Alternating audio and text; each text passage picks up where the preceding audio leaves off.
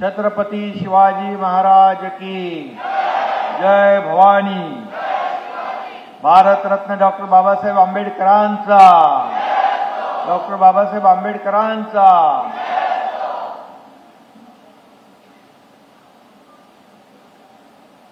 आजच्या या रमाबाई आंबेडकर नगर पुनर्विकास भूमिपूजन सोहळ्याला उपस्थित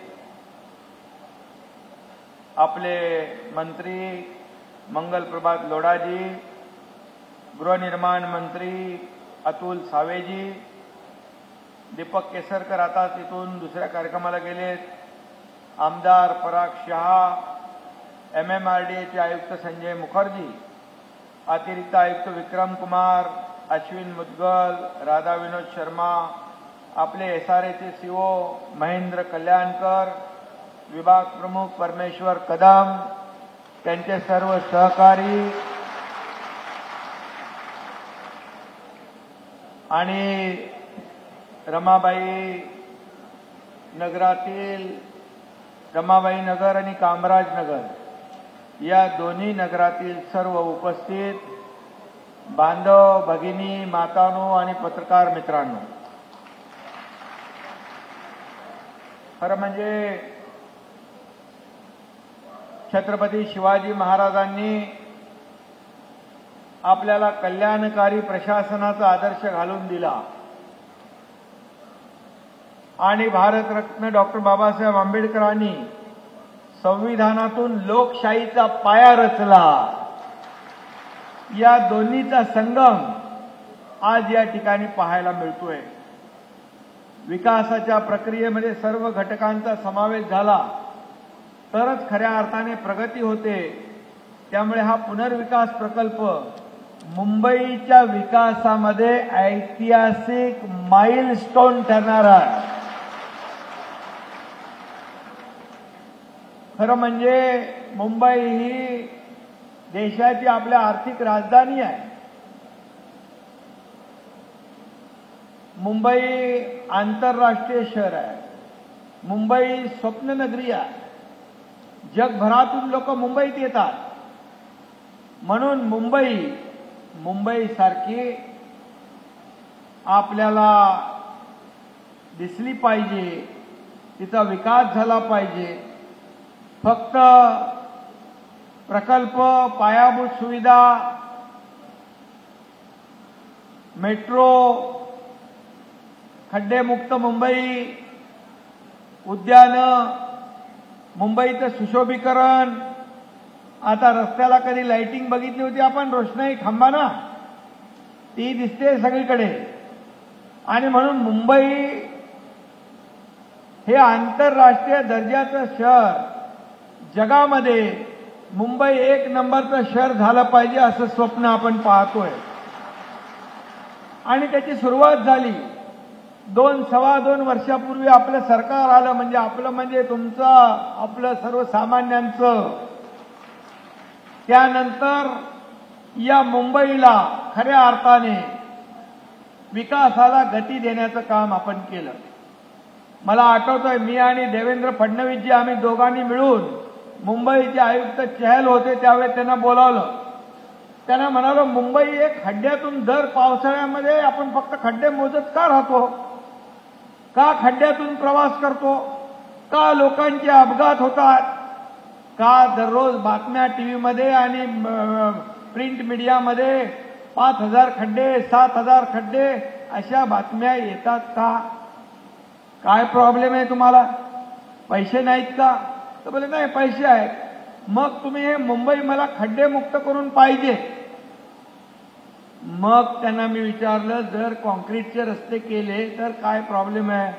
तुम्हाला काय बंधन आहे का? बोले नाही, कॉन्क्रीटचे रस्ते फक्त आम्ही 50 किलोमीटर दरवर्षी करतो, बाकी डांबराचे करतो। कशाला? खड्डे पडायला? मग आम्ही त्यांना सांगितलं, आम्हाला 2-2.5 वर्षामध्ये पूर्णपणे रस्ते कॉन्क्रीटचे पाहिजे। पहिला टप्पा सुरू झाला, दुसरा टप्पा आता सुरू होतोय। पुढच्या 2 वर्षामध्ये मुंबईमध्ये एकही डांबराचा रस्ता तुम्हाला मिळणार नाही, सगळे सिमेंट कॉन्क्रीटचे रस्ते मिळतील। मुंबईचं सुशोभीकरण आपण करतोय। जिथे कचरा कुंड्या हे ते डेब्री माती दिसत होती ते सुशोभीकरण आपल्याला ते सगळे या ठिकाणी कामं सुरू झाली. आणि मग हे मुंबईचा विकास करत असताना मला आठवलं किंवा आपल्या सगळ्यांना माहीत आहे, हिंदुहृदय सम्राट बाळासाहेबांनी स्वप्न पाहिलं होतं मुंबईतल्या झोपडपट्टीत राहणाऱ्या 40 लाख लोकांना मोफत घरं देण्याचं स्वप्न पाहिलं. परंतु दुर्दैवाने पुढं काही घडलं नाही. मी मागच्या 2.5 वर्षाच्या काळात पण जाऊ इच्छित नाही. आपल्या सरकारच्या काळात अगोदर महाविकास आघाडी सरकार असताना काय झालं हे मी काही सांगत नाही. तुम्हाला सगळ्यांना माहीत आहे, विकासाच्या नावावर सगळं बंद, सगळे स्पीड ब्रेकर, चालू असलेली कामं बंद झाली. देवेंद्रजींच्या काळात जी कामं सुरू झाली ती बंद झाली. पण आपण सरकारमध्ये आल्यानंतर पहिली सगळी जी काही स्पीड ब्रेकर होती, सगळे स्टे होते, सगळे हटवले, निर्बंध हटवले आणि कामाला चालना दिली. मग मेट्रो असेल, कारशेड असेल, सगळ्या गोष्टी झाल्या. पण एवढ्यावरती मला समाधान नव्हतं. बाळासाहेबांचं स्वप्न होतं की या मुंबईतल्या झोपडपट्टीत सर्वसामान्य माणूस राहतो, त्याला हक्काचं घर मिळालं पाहिजे. बघा, मी देखील एक शेतकऱ्याचा मुलगा आहे, गरीब कुटुंबातून मी आलोय. मी चाळीमध्ये राहून दिवस काढलेले आहे आणि म्हणून मला माहीत आहे काय असतं प्रत्येकाचं घराचं एक स्वप्न असतं. माझं चांगलं घर पाहिजे, चांगल्या क्वालिटीचं पाहिजे, हक्काचं पाहिजे. आता मी बघितलं मॉडेल, या ठिकाणी मॉडेल बघितलं. मी मुखर्जींना सांगितलं तुम्ही मला मॉडेल जसं दाखवलंय तसंच्या तसं मला इथं घर बांधून पाहिजे. त्याच्यामध्ये 19-20 चालणार नाही, 20चं 21 चालेल पण 19 नाही चालणार. कारण ही जी काय आयडिया आहे, आता इथे सावे साहेब आपले गृहनिर्माण मंत्री आहेत, लोढाजी आहेत. जेव्हा हा विषय झाला की मुंबई बाहेर मुंबईकर फेकला गेलाय, आज ज्या काही प्रकल्प असे तोडून ठेवलेले आहेत, अर्धी घरं तोडली आहेत, अर्धे बाहेर गेले, त्यांना भाडं मिळत नाही, आहेत त्यांना भाडं नाही, काही लोक बिचारे मरून गेले. आणि मुंबईच्या बाहेर गेलेला मुंबईकर पुन्हा मला मुंबईमध्ये पुन्हा आणायचं आहे. आणि म्हणून आम्ही ठरवलं, मी देवेंद्रजी नंतर अजितदादा आले आणि आम्ही ठरवलं सुरुवातीला जेव्हा सरकार स्थापन झालं त्यावेळेस आपल्याला खऱ्या अर्थाने मुंबई आंतरराष्ट्रीय दर्जाचं शहर करायचं असेल, मुंबई हे जगातलं नंबर 1चं शहर करायचं असेल तर झोपडपट्टी मुक्त मुंबई आपल्याला करावी लागेल. मग होणार कशी?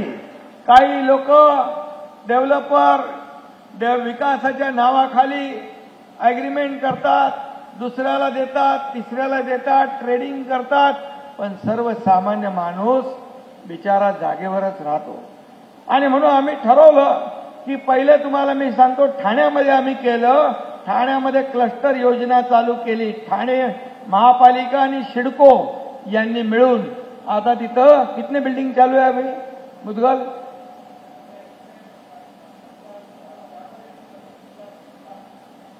10 ते 15 हजार घरांचं काम सुरू झालंय ठाण्यामध्ये क्लस्टर डेव्हलपमेंट. कारण ही योजना जी आहे यामध्ये आम्ही असं ठरवलंय, ज्या मुंबईतल्या मोठमोठ्या स्लम आहेत यांना आता MMRDने इथं केलं, म्हाडा आहे, MSRDC आहे, सिडको आहे आणि MIDC पण आहे. मुंबई महापालिकेच्या हद्दीमध्ये असलेल्या झोपडपट्ट्या मुंबई महापालिकेने डेव्हलप करायच्या, त्यांना भाडं त्यांनी द्यायचं, त्यांना घरं क्वालिटीची द्यायची. अशा प्रकारचा आम्ही निर्णय घेतला. आणि म्हणून मला आज आनंद आहे की इथं आल्यानंतर मला एक खरं म्हणजे एवढ्या लवकर आपण याचं भूमिपूजन करू, हे नारळ फोडू असं मला वाटलं नव्हतं. परंतु मुखर्जी आणि आपली सगळी जी टीम, तुम्हाला मनापासून धन्यवाद देतोच. पण माझ्या मंत्री अतुल सावे यांचं पण अभिनंदन करतो की यांनी 500 कोटी रुपये आपल्याला दिले या प्रकल्पासाठी, भाड्या आणि याच्यासाठी. आणि म्हणून मी एवढंच सांगतो, कल्याणकर इकडे आहे आणि कल्याणकरनं आल्यानंतर मी पहिलंच यायच्या अगोदर सांगितलं होतं, इकडं ड्युटीला लावायच्या अगोदर, मला आमचं सरकारचं स्वप्न आहे झोपडपट्टी मुक्त मुंबई करणं. यासाठी तुम्हाला दिवस रात्र काम करायचं आहे. तयारी आहे तर या. ते म्हणाले तयारी आहे. मग आता एकदम स्पीडमध्ये तेही कामाला लागले. सगळी टीम आपली कामाला लागली आहे. लोढाजी आमचे अनुभवी आहेत ते सोबत आहेत. आणि म्हणून आज हे जे काय आपण स्वप्न पाहिलं होतं, काही लोकांना वाटलं हे काय होणार नाही, पण आम्ही ठरवलं की पहिला टप्पा जो आहे मुंबईमध्ये 2 लाख घरांचा आम्ही करणार. 2 लाख घरांचा पहिला टप्पा करणार. दुसरा टप्पा त्याहीपेक्षा जास्ती घरांचा करणार. आणि हे जे काही आपलं मुंबई झोपडपट्टी मुक्त मुंबई करणं, आता बघा वरून विमानाने गेलो, हेलिकॉप्टरने गेलो की कसं दिसतं. आणि म्हणून प्रत्येकाचं स्वप्न आहे, तुमचंही स्वप्न आहे की आपले नातेवाईक आले, आपले पैपावणे आले, आपल्या मुलाबाळांचे मित्र आले की चांगल्या घरामध्ये त्यांचा पाहुणचार करावा असं वाटतं ना तुम्हाला. चांगल्या घरामध्ये पाहुणचार करावा वाटतो. पण काही लोक जे राज्यकर्ते जे आहेत ते स्वतःच्या तर मालावर माल, नवीन नवीन इमारती सगळे करू लागले, परंतु सर्वसामान्य माणूस हा झोपडपट्टीतच राहिला. परंतु मी तुम्हाला सांगतो, आमचं सरकार हे गोरगरिबांचं सरकार आहे, सर्वसामान्यांचं सरकार आहे. त्यामुळे या सरकारमध्ये तुम्हाला हक्काचं घर, दाखवलेलं घर सगळं जसंच्या तसं मिळेल. आणि मला आज आनंद आज नाहीये, ज्या दिवशी या 15 किती हजार आहेत 16,575 लोकांना जेव्हा आम्ही किल्लीचं वाटप करू, चावीचं, तो दिवस आमच्यासाठी आनंदाचा असणार आहे.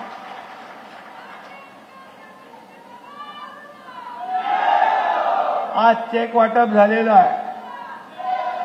तुम्हालाही विश्वास नव्हता की एवढ्या लवकर आम्हाला चेक मिळतील, परंतु ही गॅरंटी आपल्या महायुती सरकारची आहे, आपल्या सगळ्यांची आहे. आणि म्हणून मी आपल्याला एवढं सांगतो, आता आदरणीय प्रधानमंत्री मोदी साहेबांनी पण 3 कोटी घरं बांधण्याचा संकल्प केलेला आहे. 3 कोटी गरीब लोकांना घरं महाराष्ट्रामध्ये मोठ्या प्रमाणावर त्यातली आपण घेऊ. आणि जसं आपल्या राज्याचं आज आपण राज्य पुढे जसं जाऊ तसं आपला देश पुढे जाईल. आज देशाचं नाव जगभरामध्ये आपल्या उंच करायचं असेल तर आपल्या राज्याचा पण त्याच्यामध्ये सहभाग असला पाहिजे. आणि म्हणून आपलं राज्य आज पुढे जात आहे. आज आपलं GDP मध्ये नंबर 1 आहोत, आपण उद्योगामध्ये नंबर 1 आहोत, आपण स्वच्छतेमध्ये नंबर 1 आहोत, आपण परदेशी गुंतवणुकीमध्ये नंबर 1 वर आहोत. जसं मागच्या 2.5 वर्षाच्या सरकारच्या काळात आपण 3 नंबरला गेलो होतो, गुजरात आणि कर्नाटक पुढे होतं. आपलं सरकार आल्यानंतर आपण पहिल्या नंबरवर आलेलो आहोत. माझं काय यापेक्षा जनतेचं काय हे पाहणारं सरकार आज आपलं आहे. आणि म्हणून मला काय मिळालं यापेक्षा जनतेला काय मिळालं, माझ्या राज्यातल्या सर्वसामान्य लोकांना काय मिळालं हे पाहणारे आपलं सरकार आहे. आणि म्हणून लेक लाडकी मुख्यमंत्री माझी लाडकी बहीण योजना आपण फॉर्म भरले की नाही? इकडे फॉर्म भरले. मग कोणाचे पैसे आले ते हातवर करा. अरे वा, आले चालेल. मग आणि ज्यांचे उरले त्यांचा पण 1 महिना आणखी वाढवला आपण. सप्टेंबर महिन्याच्या अखेरपर्यंत आपल्याला संधी आहे.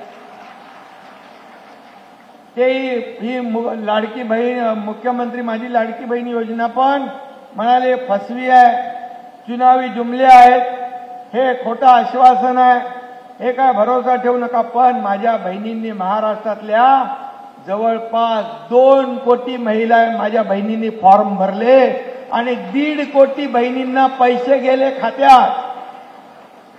असे आज चेक दिले ना आपण, तसे खात्यात पैसे गेले. रक्षाबंधनच्या 4-5 दिवस अगोदर जसे खात्यात पैसे गेले तसे विरोधकांचे चेहरे काळे ठिक्कर पडले.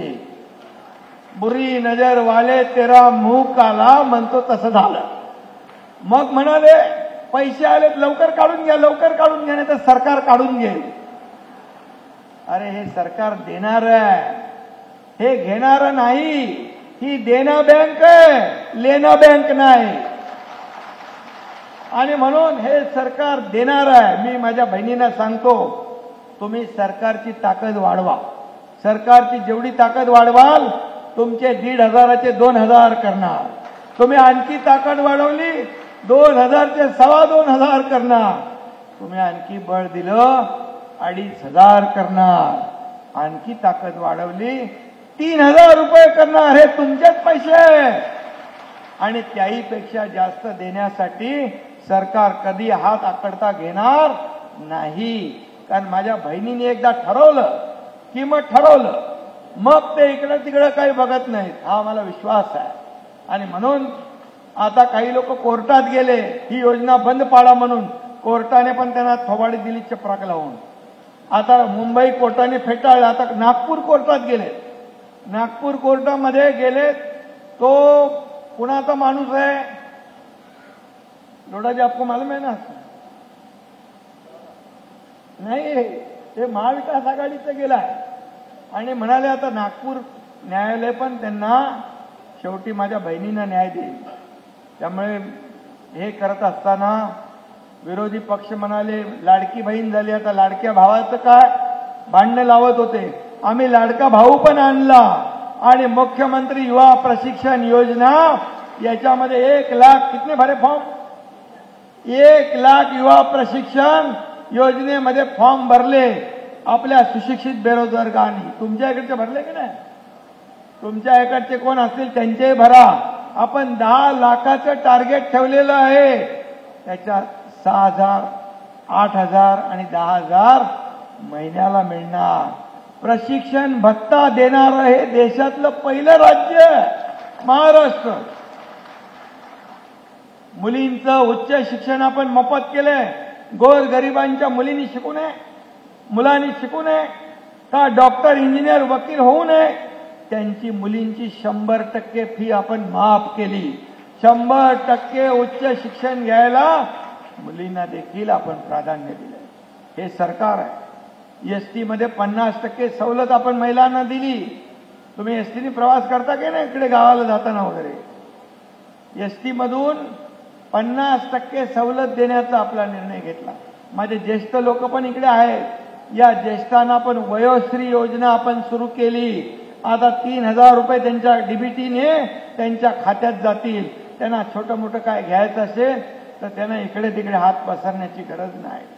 आणि त्याचबरोबर 1,500 रुपये ज्या माझ्या सर्वसामान्य कुटुंबातल्या बहिणीला मिळतात त्यांची विरोधक चेष्टा करतात. बोले काय लाच देताय का, विकत घेताय का? अरे सोन्याचा चमचा घेऊन जन्माला आलेले तुम्ही, पैशाच्या राशीत लोळणारे तुम्ही, तुम्हाला 1,500ची किंमत नाही कळणार. 1,500ची किंमत या माझ्या लाडक्या बहिणींना कळेल आणि या भावाला कळेल. आणि म्हणून हे सरकार देणार आहे. आणि म्हणूनच ही योजना जी आहे हे पहिलं पाऊल टाकलंय आम्ही. हे पहिलं पाऊल आहे. आणि हा झोपडपट्टी विकासाचा फक्त ट्रेलर आहे. पिक्चर अभी बाकी है. आणि म्हणून पुढे बघा, या मुंबईमध्ये मोठ्या प्रमाणावर आपण हा निर्णय घेतलाय. रखडलेल्या सर्व SRAचे प्रकल्प जे आहेत आपण असे मार्गी लावतोय. फक्त मुंबई निवडणुका आल्या की मुंबई करायचं, मुंबई राज्यापासून तोडायची प्रयत्न करतायत, अशी अफवा उठवायची. आता हे जुनं झालंय सगळं. मुंबई महाराष्ट्रापासून तोडण्याची कुणाची हिंमत नाही. ते कधी होऊ शकत नाही. जसं म्हणाले लोकसभेत संविधान बदलणार. अरे बाबासाहेबांचं संविधान आहे. बाबासाहेबांच्या संविधान आणि घटनेमुळे हा सर्वसामान्य कुटुंबातला माणूस मुख्यमंत्री होऊ शकला. आणि सर्वसामान्य कुटुंबातला माणूस या देशाचा प्रधानमंत्री होऊ शकला हे केवळ बाबासाहेबांच्या घटनेमुळे। आणि म्हणून मी आपल्याला सांगतो, जब तक सूरज चांद रहेगा बाबा साहेब का संविधान नहीं बदलेगा।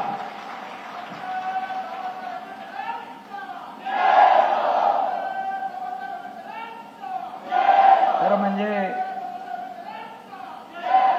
त्यांचा त्याग आहे, त्यांचं योगदान आहे। आज बाबासाहेबांचं संविधान बदलणार म्हणतात। या बाबासाहेब आज राष्ट्रपती आले होते विधान परिषदमध्ये, 100 वर्ष त्या विधान परिषदेला झाली आणि आपले भारतरत्न डॉक्टर बाबासाहेब आंबेडकर पण या विधान परिषदेमध्ये त्यांनी काम केलंय, हा इतिहास आहे। आणि म्हणून मला आज रमाबाई नगरात आल्यावर खरं म्हणजे मनापासून समाधान वाटलंय, मनापासून आनंद झालाय। कारण महाराष्ट्रातलं आंबेडकरी चळवळीचं प्रमुख केंद्र म्हणजे रमाबाई आंबेडकर नगर। नगराचे नाव रमाबाई आहे। म्हणून मी 1-2 ओळी आपल्याला सांगतो। होती रमाई म्हणून घडले भीमराव, कष्ट केले रमाईने म्हणून जगभरात पोचलं बाबासाहेबांचं नाव। आणि हे सरकारला जातीवादी म्हणतात, सरकार सर्वांना घेऊन चाललंय, सर्व जातीपातींना पुढे घेऊन चाललंय। आता योजना आपण केली, मुख्यमंत्री माझी लाडकी बहीण योजना, कोणाला आपण वगळलंय? कोण हिंदू आहे, मुस्लिम आहे, सिख आहे, ईसाई असं सांगितलंय? माझी इकडे बहीण दिसते।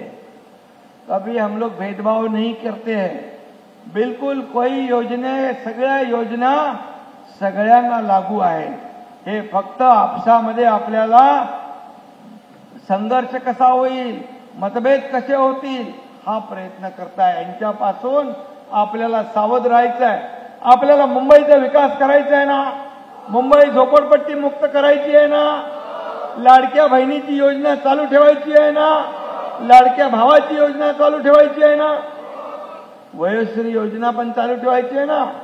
आणि तुमच्या गावाकडचे शेतकरी जे आहेत आपले, जे 7.5 HP मोटरनी पंपाने शेती करतात, त्यांचं वीज बिल माफ केलेलं आहे आपण आता पूर्ण। म्हणजे फक्त शहरी भागाचा विकास नाही तर ग्रामीण भागामध्ये पण आपण सगळ्या योजना दिल्या आहेत। मग मला सांगा, बऱ्याच योजना आहेत, योजना सांगायला गेलं तो दिवस तास पुरणार नाही।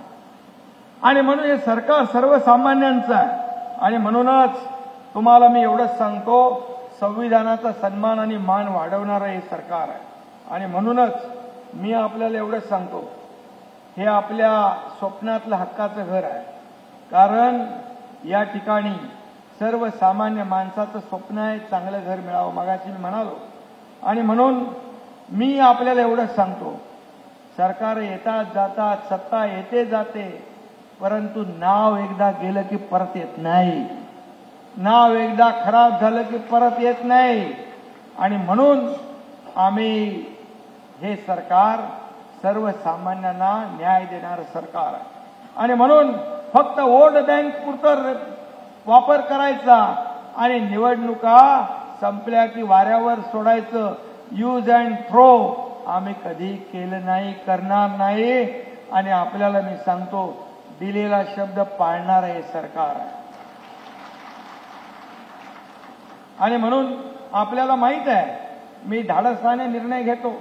हे सरकार जेव्हा बदललं तेव्हा तुम्हाला माहित आहे की चालू सरकारवरून आम्ही उतरलो, सत्तेला ठोकर मारली, आम्ही विरोधात गेलो, जे काय व्हायचं होऊ दे, परंतु या राज्यामध्ये सर्वसामान्याला न्याय देणारं सरकार आणलं पाहिजे, म्हणून आम्ही परिवर्तन घडवलं।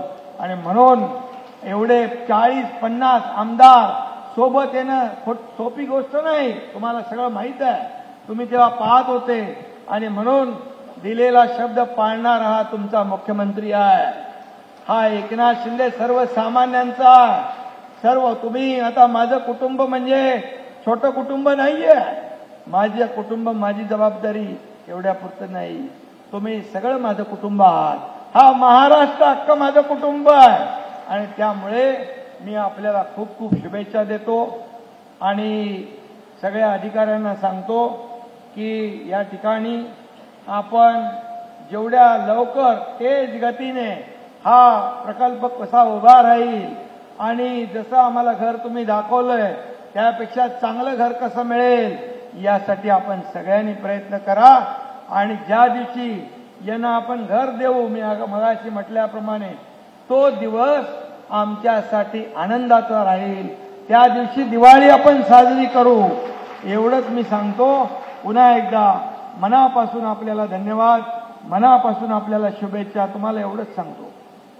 लोक येतील हे सगळे प्रकल्प का रखडताय स्वतःचा स्वार्थ स्वतः मला काय मिळेल मग त्या बिल्डरला बोलवायचं त्याला सांगायचं आमचं काय तुमचं काय अरे आमचं काय तुमचं काय सत्ताधारी पक्षाने आपलं बघायचं नसतं राज्यकर्त्यांनी स्वतःचा फायदा बघायचा नसतो जनतेचा फायदा बघायचा असतो तो खरा राज्यकर्ता असतो आणि मग कोणी काही सांगेल त्याच्यावर विश्वास ठेवू नका हा प्रकल्प यावर मी सतत लक्ष ठेवणार आहे मुख्यमंत्री म्हणून बारीक लक्ष ठेवेन आणि तुम्हाला हे हक्काचं घर लवकरात लवकर कसं मिळेल यासाठी आपण प्रयत्न करूया धन्यवाद जय हिंद जय महाराष्ट्र जय भीम एबीपी माझा उघडा डोळे बघा नीट।